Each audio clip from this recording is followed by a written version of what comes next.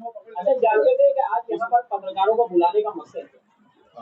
सबसे पहले तो आप लोग इतने शॉर्ट टर्म पे यहाँ पे आए, उसके लिए मैं आपका दिल से शुक्रगुजार हूँ।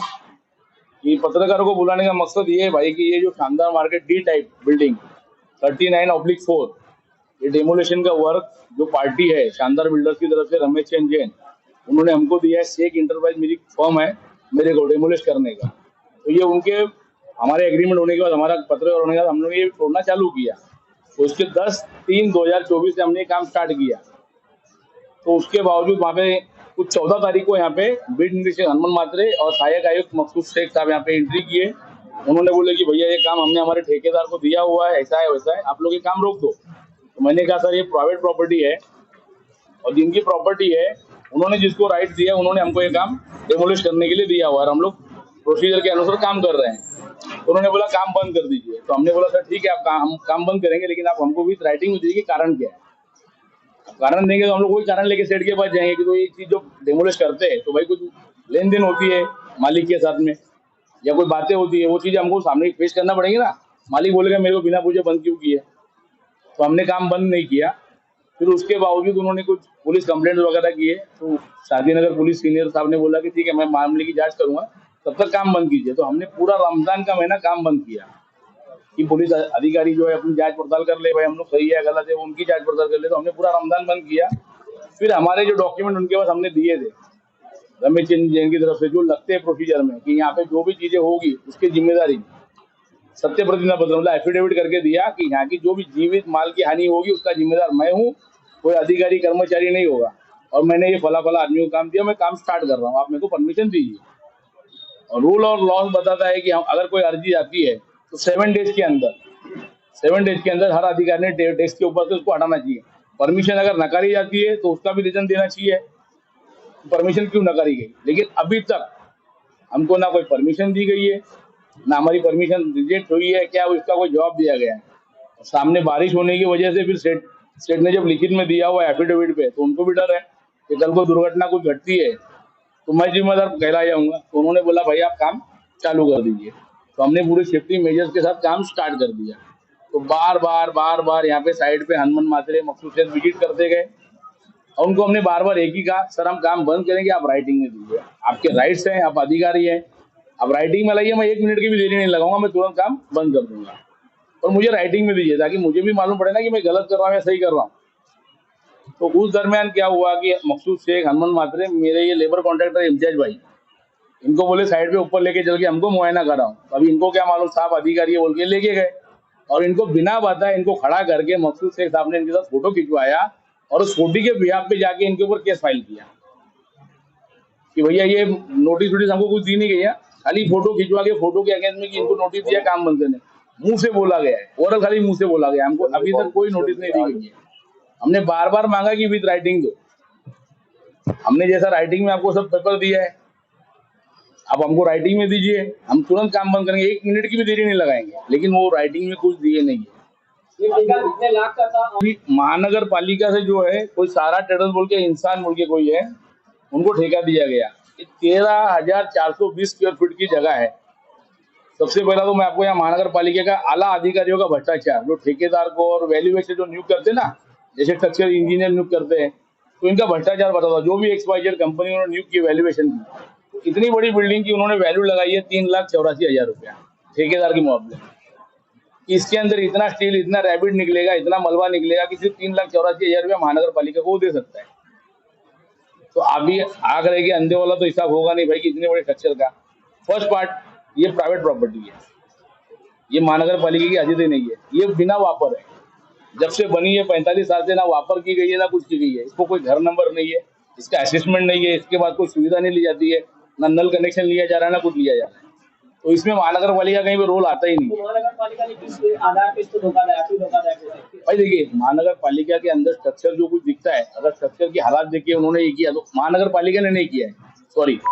इस पे हमारा स्ट्रक्चर ऑडिटर इंजीनियर हमने खड़ा किया था वेद सरवैया बोल के, उन्होंने अपनी रिपोर्ट में सबमिट किया कि भैया ये स्ट्रक्चर रिपेयर करने के लायक नहीं। क्योंकि जब नोटिस आई थी 21 में तब हमने हमारा ऑडिट रिपोर्ट और स्ट्रक्चर इंजीनियर खड़ा किया था, उन्होंने सब बिल्डिंग का ये करके उन बिल्डिंगों को रिपेयर के परमिशन दिए थे और इसको C1 कैटेगरी घोषित किए थे। तो उस वक्त दिलीप खाने साहब थे सहायक आयुक्त, तब से हम लोग उनसे परमिशन मांग रहे हैं। तो उस वक्त जो हमारे बिल्डर साहब हैं, सीनियर सिटीजन हैं, तो उनको कागज पत्र मालूम नहीं, अधिकारी पे भरोसा करके वो उनसे ट्रस्ट करते जा रहे थे और जो लेटर बोले वो देते जा रहे थे। तो महानगर पालिका ने टाला टाल करते करते ये सिर्फ हमको टालते गए हर साल में, ना परमिशन दिए ना उसका कोई रीजन दिए। और उसमें 2 साल इनके पास कोई ठेकेदार था नहीं डेमोलिशन करने के लिए, क्योंकि तो कॉन्ट्रैक्ट लैप्स हो चुका था। तो महानगर पालिका ने लैप्स होने के बीच में मतलब परमिशन देंगे तो ये लोग तोड़ देंगे। तो कहीं ना कहीं वो भ्रष्टाचार की गंगा बह रही है, जिसमें सबके हाथ मैले हो रहे हैं, जिसमें ऊपर आला अधिकारी के बिना नीचे के अधिकारी का तो इतनी हिम्मत होती नहीं है।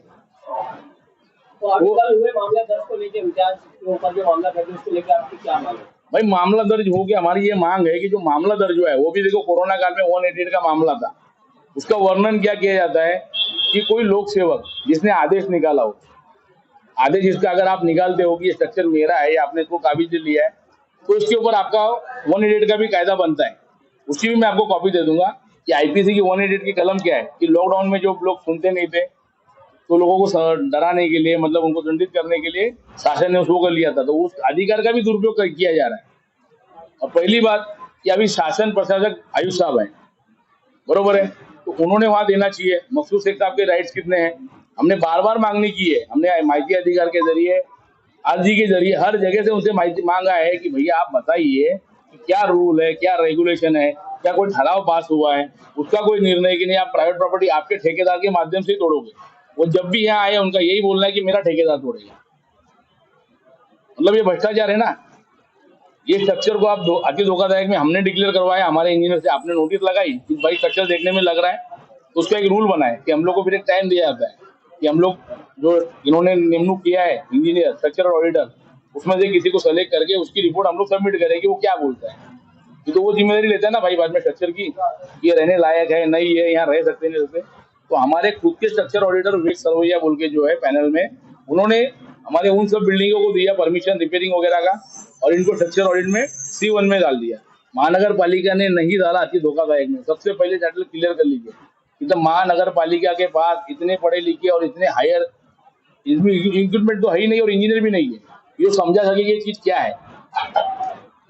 भ्रष्टाचार में कौन कौन शामिल है? इस भ्रष्टाचार में सीधे सीधे दिख रहा है भैया, जो मेन है वही शामिल है। मेरा सीधा सीधा इल्जाम है कि इस भ्रष्टाचार की पूरी गंगा जो है माननीय आयुष साहब की तरफ से बहती है। जब से वो इस भिवंडी शहर में आए 2000 से जब ये महानगर पालिका बनी है, तब से अगर इस महानगर पालिका को सबसे भ्रष्ट अधिकारी कोई मिले होंगे तो मैं ये कमीशन मिले, जिनके रहते हुए भ्रष्टाचार की सिर्फ गंगा बह रही है। ऐसे GR है कि भैया महानगर पालिका अधिनियम के हिसाब से आयुक्त साहब अगर किसी को पदभार भी देते हैं तो 6 महीने से ऊपर दे नहीं सकते, और वो भी स्वच्छ प्रतिमा के कर्मचारियों को सेवा ज्येष्ठता के हिसाब से। लेकिन आप सबके सामने आपको क्या लगता है कि आपके साथ जबरदस्ती भी किया जा सकता है? भाई हमारे साथ लेकर और सामने वाली पार्टी तोड़ भी सकती है, ऐसा आपको लगता है? भाई सामने वाली पार्टी तोड़ सकती नहीं तोड़ सकती, अभी वो अधिकार में वो लोग क्या लेके आते हैं, जबरदस्ती हमारे पर दबाव डाला ही जा रहा है। हमसे साइड में जाके पैसों की मांग भी की जा रही है बार बार, वो हमको इतना दे रहा है तू इतना दे भाई। लेकिन हम बोले हम क्यों दे, हम जो गाइडेंस है हमने आपको डॉक्यूमेंट दे दिए, उसके एवज में अगर कोई शासन निर्णय है, कोई एविडेंस है कि भाई कुछ भरना है, वो भरने हम तैयार है ना, वो भरने के लिए हम तैयार है। आप अगर आदेश दोगे कि ठीक है भाई ये चीजें अगर तोड़नी है तो इसको इतना फीस आपको भरना पड़ेगा, तो वो हम लोग भरेंगे, लेकिन वो देंगे तब ना। महानगर पालिका ने इसका वैल्यूएशन 3 लाख रुपया लगाया। हाँ भाई, जैसा आपने बताया, हाँ आपके हिसाब से इसका वैल्यूएशन भाई देखिए, जब ये बिल्डिंग बनी थी ना तभी भी कम से कम 1.5 CR लगा के बनाई गई थी। आज से 45 साल पहले 1.5 CR लगा के बनी है, तो उसकी स्टील की वैल्यू, उसकी रैबिट की वैल्यू आज के हिसाब से आप खुद अंकित कर सकते हैं कि क्या होनी चाहिए, 10 गुना 20 गुना 100 गुना। आप बताइए कितनी होगी? हाँ आप बताइए, काम कर रहे हैं भाई, हम काम कर रहे हैं, हमारे हिसाब से 50-60 लाख की वैल्यू है इसकी। ये सीधा सीधा भ्रष्टाचार है। मनपा तिजोरी में भी ये लोग सीधा सीधा भ्रष्टाचार कर रहे हैं, जिसकी वजह से मतलब वैल्यूएशन भ्रष्टाचारी है, जो वैल्यूएशन रिपोर्ट दिया है ठेकेदार भ्रष्टाचारी है। अभी आगे आप क्या प्रक्रिया रहेगी? भाई हमारी कानूनी प्रक्रिया शुरू है, हम कोर्ट के जरिए से इनको जवाब देंगे। ये पुलिस तंत्र पे भी दबाव ला रहे हैं, पुलिस भी बार बार बोल रही है कि किस कलम के अंदर हम गुना दाखिल करें। अब बार बार हमारे पास आ रहे हो, आखिर में फिर इन्होंने लॉकडाउन का जो कलम था 188 उसके जरिए से एक केस हमारे पे फाइल किया है, वो केस भी निराधार है। अगर इनके राइट्स में था, इनके अधिकार में था, तो इन्होंने लिखित क्यों नहीं दिया? सबसे पहला सवाल। माननीय आयुष साहब प्रशासक हैं, तो उनके राइट्स में है। उनको बार बार हमने एक ही मांग की, आज भी अगर वो राइटिंग में हमको कुछ देते हैं कि भैया ये नियम है, ये अधिनियम है, तो मैं उसी वक्त से काम बंद करूंगा। जो चीज देखी उसका पंचनामा ले लूंगा, फिर मैं कोर्ट के जरिए से जो उनको जवाब देना वो दूंगा। और जैसी चीज मेरी जहाँ छोड़ी जाएगी उसकी जिम्मेदारी माननीय महानगर पालिका रहेगी, और मैं उनसे वो भरपाई भी लूंगा अगर वहां से कोई चीज जाती है, कुछ नुकसान होता है मेरा।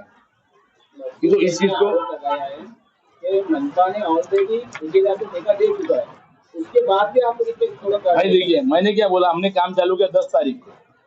हमको जब मालिक से ऑर्डर मिला, जिनकी जमीन है, जिनका विमला है, तो हमने काम चालू किया।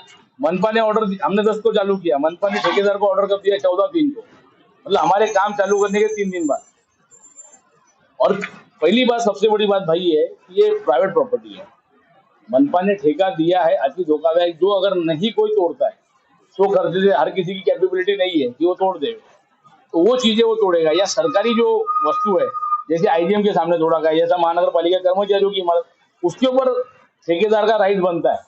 उस पर अगर हम लोग कुछ कार्रवाई करते तो हम लोग गलत होते हैं। हम अपनी मालिकाना जमीन तोड़ रहे हैं। अभी इसका एग्जाम्पल ऐसा है कि ये स्ट्रक्चर अगर मुझे बनाना है तो मैं परमिशन लेने कहाँ जाऊंगा भाई? महानगर पालिका ना। तो महानगर पालिका परमिशन के एवज में कमिश्नर बोलेगा नहीं मेरा आदमी बांधेगा, मेरा ठेकेदार बांधेगा, तो मैं बिल्डिंग बांधने उसको दूंगा। आप खुद सोचिए ना, कॉमन सेंस की बात है ना भाई, कि मैं परमिशन मांग रहा हूँ तोड़ने की, तो उसके लिए उसका ठेकेदार नियुक्त करने का। तो कल को जो बिल्डिंग बना रहे पूरे शहर में लीगल, इसीलिए हमारे शहर में लीगल काम नहीं होता कि कहीं ना कहीं अधिकारी अपना कुछ ना कुछ अड़ंगला डालता है। आज हमारा शहर पिछला ऐसे भ्रष्ट अधिकारियों की वजह से।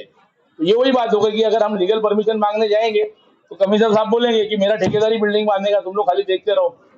वो आड़ा बांधे कि टेढ़ा बांधे, वो राइट में कॉलम बांधे कि नहीं बांधे। तो आपका डेमोलिश का काम जारी रहेगा भाई? हमारा डेमोलिशन का काम जारी रहेगा। हमको राइटिंग में जिस दिन मिलेगा तो वही चीज हम कोर्ट में ले जाके कोर्ट से सवाल करेंगे कि साहब हम गलत है तो हमको दंडित करो, अगर वो गलत है तो उनको दंडित करो। इस भ्रष्टाचार में कौन कौन लिप्त है आपके हिसाब से? भाई इस भ्रष्टाचार में मेरा पहला सूत्रधार है माननीय आयुक्त साहब, फिर उनके आदेशानुसार जो काम कर रहे हैं मखसूस से। भाई मेरे को जो अधिकारी कर्मचारी यहाँ आए उन्होंने बोला है साहब का पैसा पूछा, हमारा पैसा नहीं, साहब का पैसा पूछा, साहब से मिल लो। मैं करूंगा 2 दिन में उसका भी खुलासा आपको दूंगा। हमारे पास रिकॉर्डिंग भी है।